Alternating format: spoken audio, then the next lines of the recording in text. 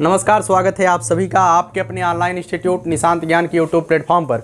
मैं नितिन उपाध्याय आप सभी का स्वागत करता हूं, अभिनंदन करता हूं आज के अपने इस वीडियो पर। मित्रों, आप सभी लोग जानते हैं हमने जो है मनोविज्ञान के डर को समाप्त करने के लिए आपके बीच जो है थ्योरी का एक सेगमेंट स्टार्ट किया है कि हम जो है आपको सिद्धांतों को रटा देते हैं। आप सभी लोग जानते हैं कि पिछले 5-6 वीडियो से मैं आपको स्किनर, पावलोव, थॉर्नडाइक इत्यादि अनेक वैज्ञानिकों के सिद्धांतों को आपको मैं बता रहा हूं। उसी कड़ी में आज हम पहुंचे हैं कोहलर के सिद्धांत को जानने के लिए। धीरे धीरे करके हम आगे बढ़ रहे हैं और आज हम जितने भी सिद्धांत आप पढ़ रहे हैं, जितने भी सिद्धांत अभी तक मैंने बताया है, ये सिद्धांत जो है बेसिकली अभी अधिगम पर आधारित है। किस पर आधारित है? हर कोई जो है सीखने के सिद्धांत दे रहा है कि किस तरीके से बच्चों को सिखाया जा सकता है।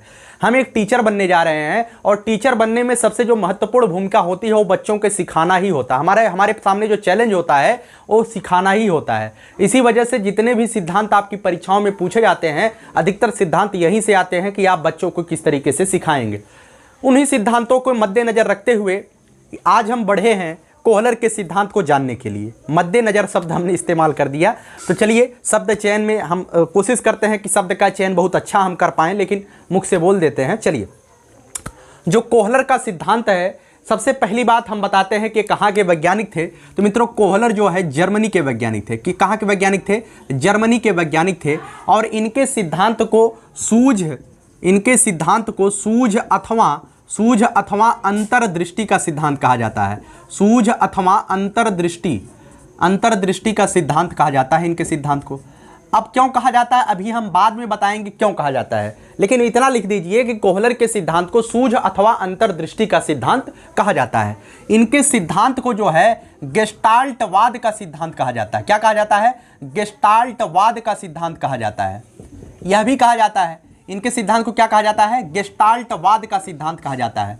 ठीक है, सूझ अथवा अंतर्दृष्टि का सिद्धांत कहा जाता है और इन्हीं के सिद्धांत को गेस्टाल्टवाद का सिद्धांत कहा जाता है। अब कोहलर के सिद्धांत को आने से पहले जो परीक्षा के लिए बेहद ही इंपॉर्टेंट होते हैं, उन तथ्यों को हम देख लेते हैं। सबसे पहली बात, कोहलर का जो सूझ अथवा अंतर्दृष्टि का सिद्धांत है, सबसे पहली बात अगर आपसे पूछा जाए कि इसका प्रतिपादन किसने किया था। प्रतिपादन का मतलब होता है सबसे पहली बार इसका जो दिमाग है, अर्थात इसका जो मतलब कि पूरी सिद्धांत है, उस पर चर्चा किसने किया था, प्रतिपादन किसने किया था? उनका नाम था वर्दीमर। क्या नाम था? वर्दीमर नाम था।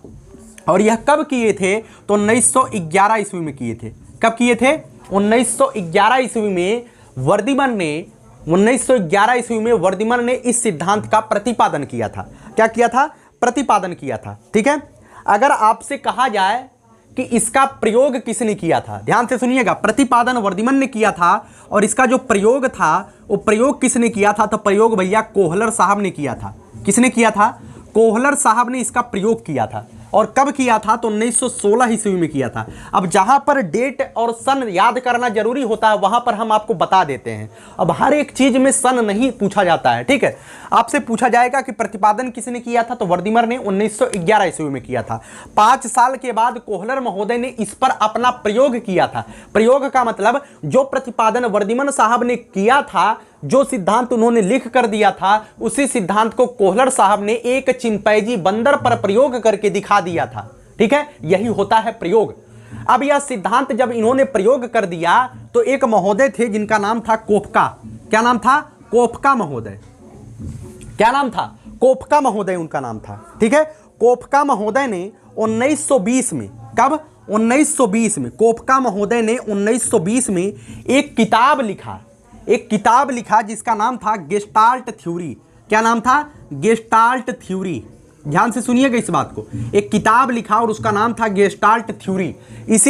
अभी तक क्या था? 1911 में वर्दीमर साहब ने प्रतिपादन कर दिया, 1916 में एक ही बंदर ला करके प्रयोग कर दिया कोहलर साहब ने, लेकिन इस सिद्धांत की चर्चा कहीं नहीं हुई थी। लेकिन 1920 ईस्वी में इनके एक सहयोगी थे। कौन थे? कोफका महोदय। कौन थे? कोहलर के एक सहयोगी थे, अर्थात इनके साथ काम करते थे कोफका महोदय भी। ठीक है, कोफका महोदय साहब ने गेस्टाल्ट थ्योरी नाम का एक बुक लिखा था। क्या है भैया? बुक है। गेस्टाल्ट थ्योरी नाम का एक बुक का प्रतिपादन किया और उसी बुक में वर्दीमर साहब के प्रतिपादन और कोहलर साहब के प्रयोग का वर्णन किया। इसी वजह से आज हमारे बीच कोहलर का सिद्धांत आ पाया। तो मुख्यतः अगर माना जाए तो इनका बहुत बड़ा सहयोग रहा कि हम आज जो है अधिगम के सिद्धांतों में कोहलर के सिद्धांत को पढ़ रहे हैं। ठीक है, तो उम्मीद करता हूं जो वैज्ञानिक तथ्य थे जो आपके लिए जानना आवश्यक है आपने समझ लिया होगा। ठीक है, आइए चलिए आगे बात करते हैं कि इनका प्रयोग किस पर किया था और कैसे है और क्या जानना चाहिए। ठीक है, कोहलर साहब के प्रयोग को समझने का प्रयास करते हैं।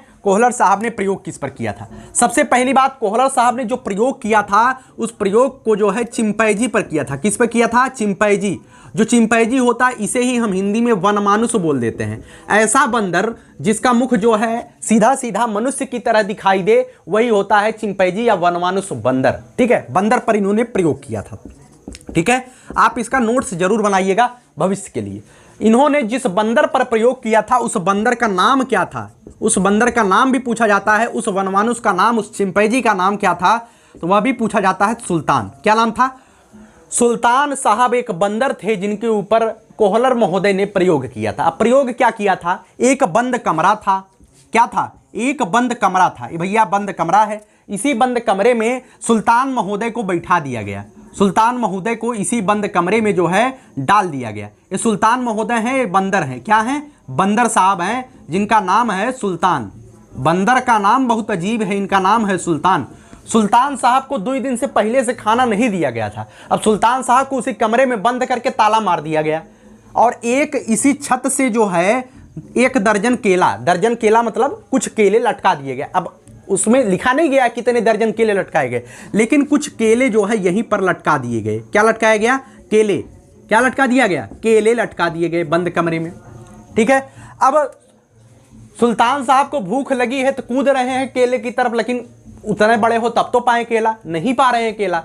तो कोहलर साहब ने इन्हें जो है एक बाक्स दिया। क्या दिया? एक बाक्स दिया।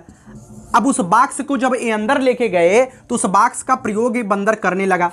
उस बाक्स को नीचे रख करके अब कूदने लगा, तब भी नहीं पा रहा है। अब कोहलर साहब ने एक और बाक्स दे दिया। तब बंदर पहले इधर उधर बाक्स रख रहा था, लेकिन उसके दिमाग में आया कि चलो बाक्स के ऊपर बाक्स रख देते हैं तो हमें हो सकता है कि हम इस केले को पा जाए।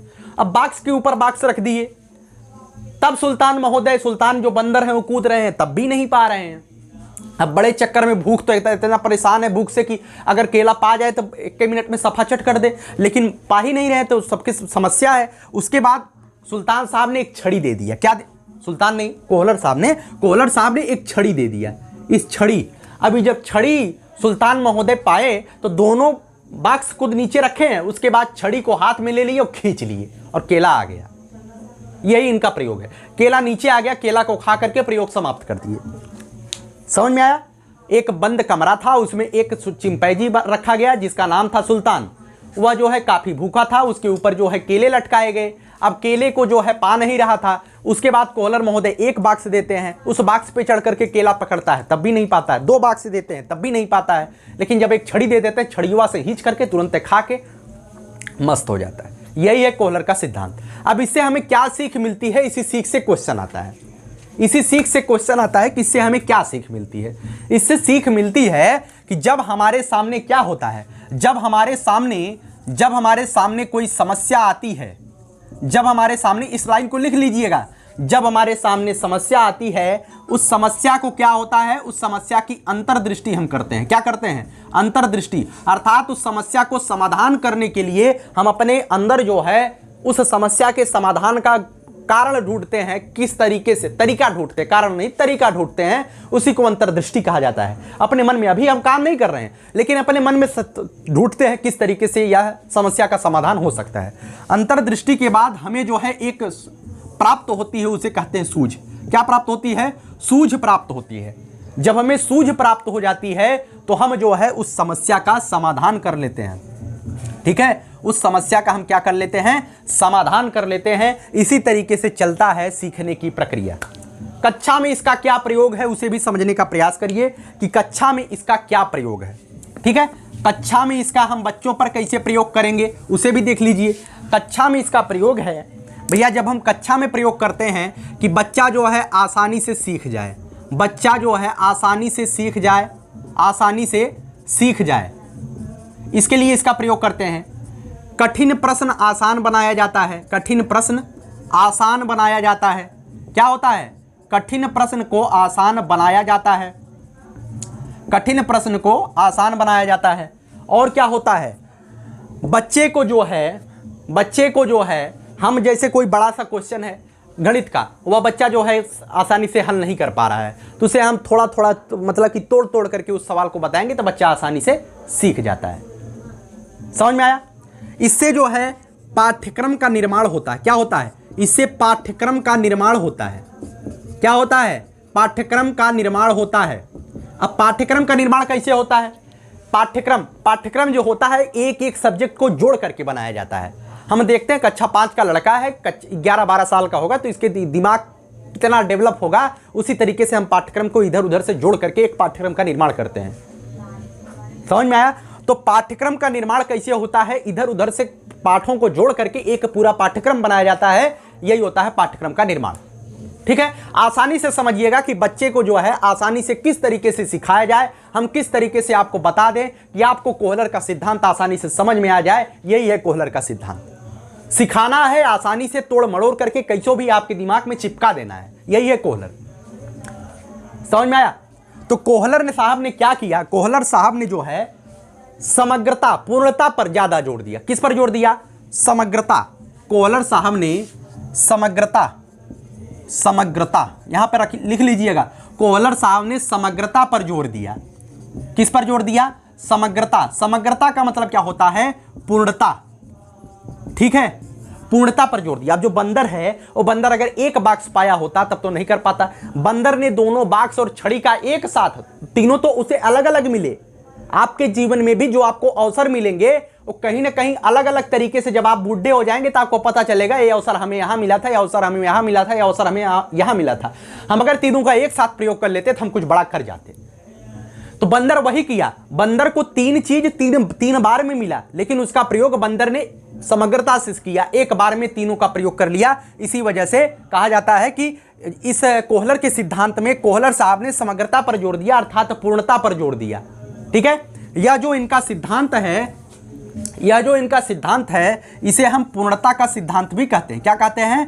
पूर्णता का सिद्धांत भी कहते हैं। इस सिद्धांत को पूर्णता का सिद्धांत भी कहते हैं।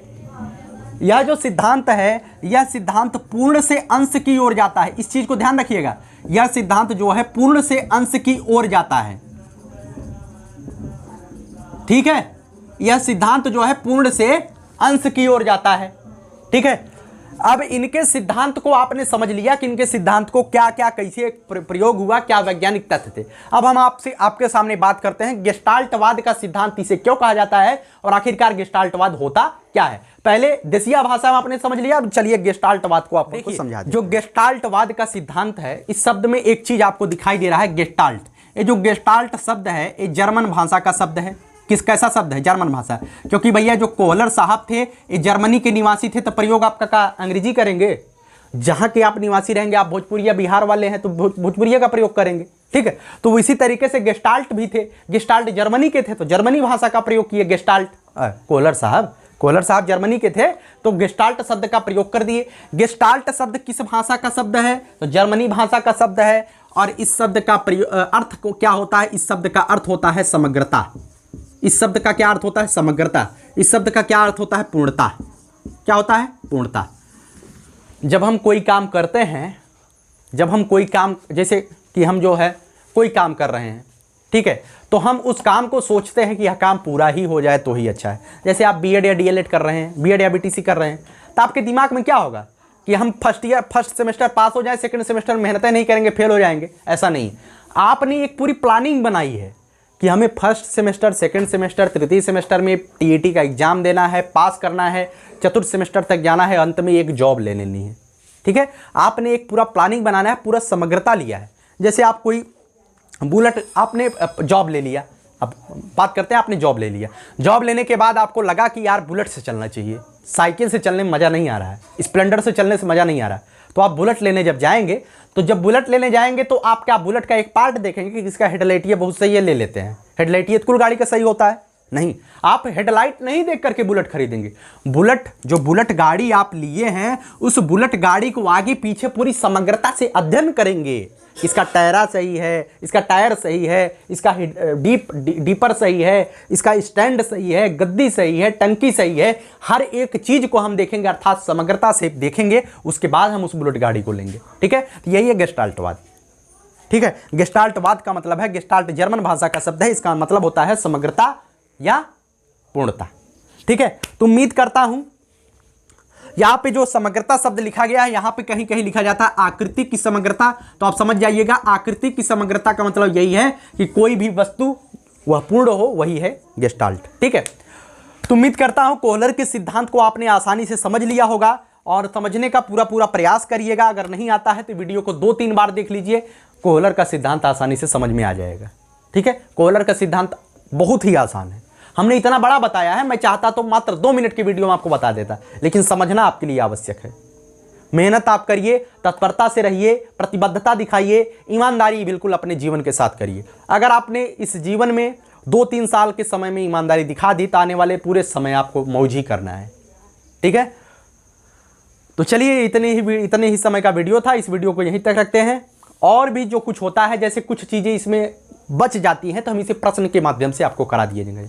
जो कुछ चीज़ें जैसे कि इनके सिद्धांत को और क्या कहा जाता है, इनके सिद्धांत को पूर्णता का सिद्धांत किया जाता है, इनके सिद्धांत को समग्रता का सिद्धांत कहा जाता है, या इनका जो सिद्धांत है ये पूर्णता से अंश की ओर जाता है। इस चीज़ को बहुत ही आसानी से ध्यान रखिएगा, इनका जो सिद्धांत है ये पूर्णता से अंश की ओर होता है।